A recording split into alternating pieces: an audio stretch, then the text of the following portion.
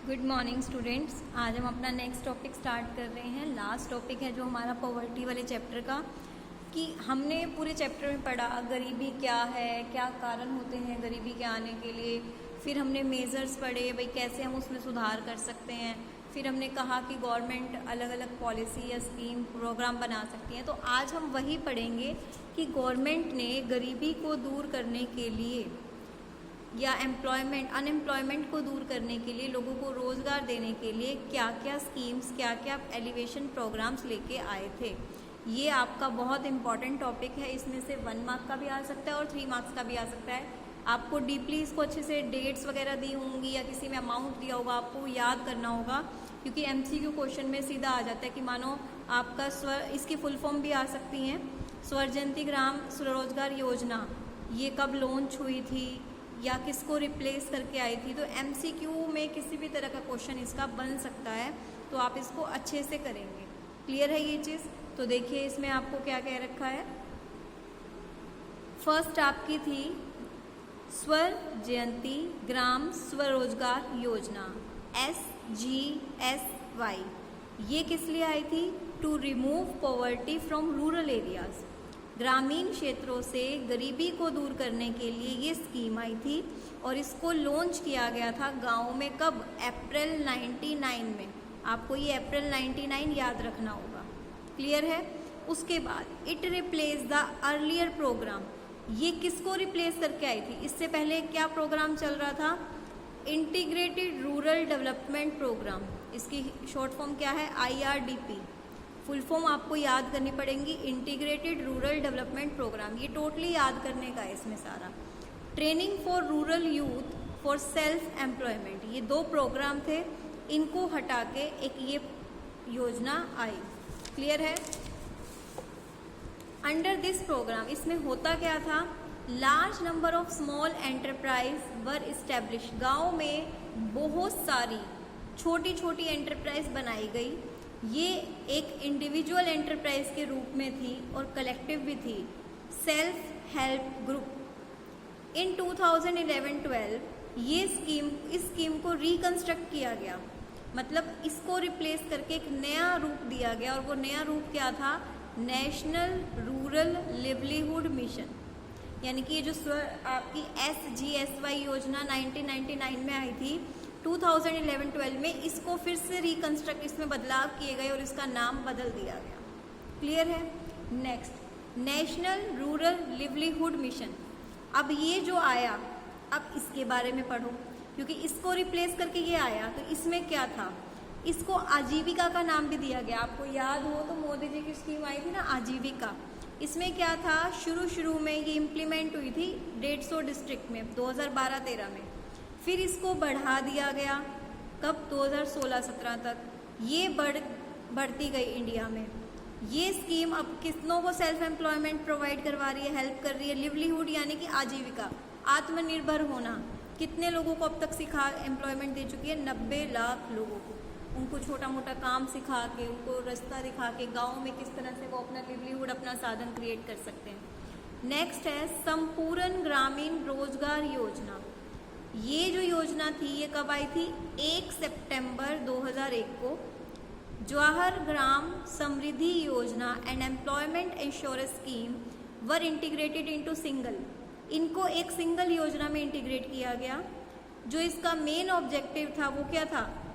लोगों को employment opportunity देना।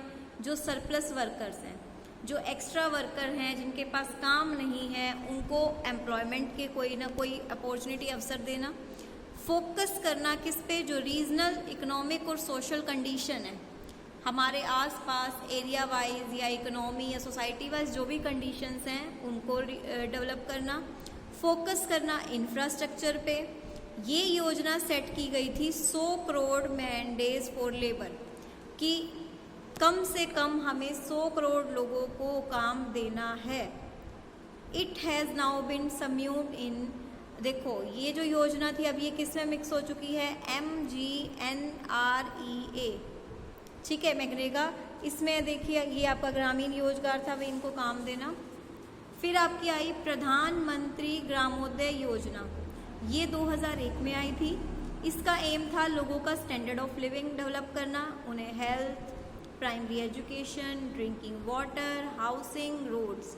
इसमें क्या क्या प्रोजेक्ट आए थे? ग्राम मंत्री ग्राम सड़क योजना आई थी जिसमें बिल्डिंग बनाई गई थी, 2007 तक सड़कें वगैरह बनाई गई थी, और इसमें है कम से कम 500 लोग या उससे ज़्यादा लोग जुड़े हुए थे। प्रधानमंत्री ग्रामीण आवास योजना, प्रधानमंत्री ग्रामीण ड्रिंकिंग वाटर योजना, ये नाम याद करने कि इस योजना के अंदर कौन कौन सी पॉलिसी आई थी। फिर आया जय प्रकाश रोजगार गारंटी योजना, ये भी याद कर लेना, इनकी शॉर्ट फॉर्म इनके नाम से ही होती है, JPRGY। ये स्कीम आई थी गारंटी एम्प्लॉयमेंट देने के लिए बैकवर्ड एरियाज में कि आपको हम काम देंगे। फिर आई स्वर्ण जयंती शहरी रोजगार योजना, ये शहरी वर्ड इसमें ध्यान रखना। ये योजना लॉन्च हुई थी 1 दिसंबर 1997। नेहरू रोजगार योजना and prime minister integrated urban poverty eradication programme merge with this योजना। इन सब प्रोग्राम को इसके साथ मर्ज कर दिया गया था, मिला दिया गया था। इनका मेन क्या मोटिव था कि सेल्फ एम्प्लॉयमेंट या वेज एम्प्लॉयमेंट देना शहरी लोगों को जो इनके पास काम नहीं है। इसमें क्या क्या चीज़ें थी आपकी? सेल्फ एम्प्लॉयमेंट प्रोग्राम देना और वेज एम्प्लॉयमेंट, कि कहीं पे खुद से काम करे कोई या किसी के अंडर काम करे। Out of the total expenditure of the project 75% is borne by the central government. जितना भी खर्चा हुआ उसका 75% किसने उठाया? गवर्नमेंट ने, सेंट्रल गवर्नमेंट ने, और 25% किसने उठाया? स्टेट गवर्नमेंट ने। प्राइम मिनिस्टर रोजगार योजना, ये स्कीम प्रोवाइड करती थी एम्प्लॉयमेंट टू एजुकेटेड अनएम्प्लॉयड, पढ़े लिखे जो बेरोजगार लोग हैं उनको काम देना, पढ़े लिखे लोगों के लिए था। इसमें उनको लोन दिया जाता था कि वो अपना खुद का कोई काम स्टार्ट कर सकें। 1 लाख का लोन कोई भी अपना एंटरप्राइज खोलना है, या 2 लाख का लोन कोई और काम के लिए। Development of small and cottage industry, कुछ मेजर्स गवर्नमेंट ने लिए थे छोटी छोटी इंडस्ट्री पॉवर्टी को दूर करने के लिए और अनएम्प्लॉयमेंट को दूर करने के लिए।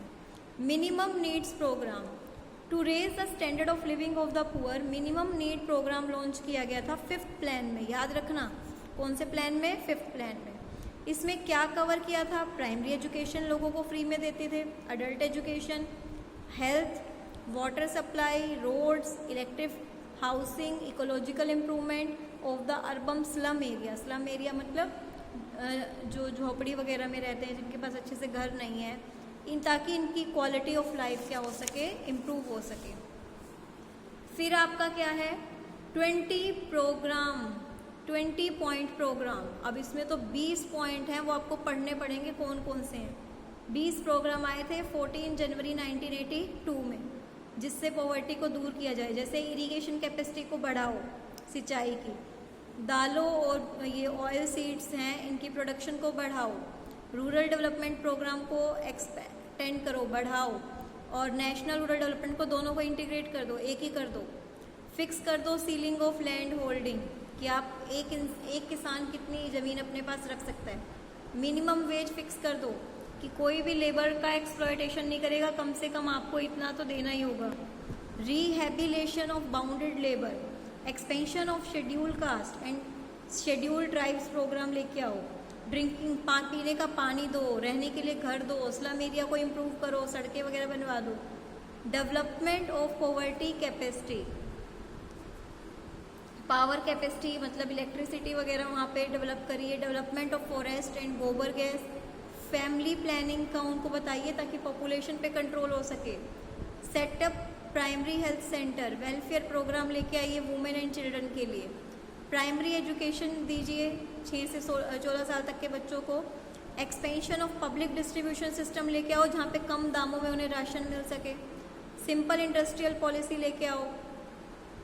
चेकिंग रखो, ब्लैक मनी ना हो, एफिशिएंट मैनेजमेंट सेटअप करो। तो ये सारी थी, और ये आपकी एक मोस्ट इम्पॉर्टेंट है, Mahatma Gandhi national rural employment guarantee MNREGA. Under this act all those जो काम करना चाहते हैं कम रेट पे for the period of 100 days, ठीक है, वो रूरल एरिया में लॉन्च किया गया उनके लिए। और कम से कम 4.6 करोड़ हाउस होल्ड को जॉब दी गई थी। वो कब? 14 जनवरी 2018 गारंटेड जॉब्स काम दिया गया था जो लोग करना चाहते हैं। उसके बाद आपका क्या है? मुद्रा bank, micro units development refinance agency, government ने सेटअप किया था अप्रैल 2015 में, ताकि लोगों को छोटे छोटे कामों के लिए पैसा दे सके, ताकि वो अपना खुद का काम शुरू कर सकें। 10 लाख तक का लोन यहाँ पे आपको दिया जाता था। पॉवर्टी एलिवेशन प्रोग्राम एक क्रिटिकल एलिमेंट, क्रिटिकल असेसमेंट का मतलब इसका इम्पैक्ट अच्छा भी हो सकता है और बुरा भी हो सकता है, कि इस जो पॉलिसी जो ले आई थी इसका क्या अच्छा और क्या बुरा प्रभाव पड़ा। आप इसको रीड कर लेना, मैंने मेन यहाँ पे लिख दिए हैं जो मेन पॉइंट कवर करते हैं। अच्छा प्रभाव तो ये हुआ था कि गरीबी कम हो रही थी और वेज रेट बढ़ रहे थे, लोगों को वेजेस मिल रहे थे। पर बुरा प्रभाव क्या हुआ था, बहुत सारे हैं, मैंने 6 ही लिखे हैं। इसको पढ़ के आप इसमें से और छोटे छोटे पॉइंट्स निकाल सकते हैं। इनएफिशिएंट इम्प्लीमेंटेशन था, आपने काम तो दे दिया, इम्प्लीमेंटेशन उसको जो आपने पॉलिसी तो बना दी पर उसको अच्छे तरीके से आप लागू नहीं कर पा रहे थे। Ignorance of target poor, policy बनाई थी जिन गरीब लोगों के लिए, स्लम एरिया में रहने के लिए, वो बेनिफिट उन तक तो पहुंच ही नहीं रहा था। टारगेट पुअर यानी कि जिन लोगों के लिए बनाई गई उन्हीं को ही नहीं मिल रहा था।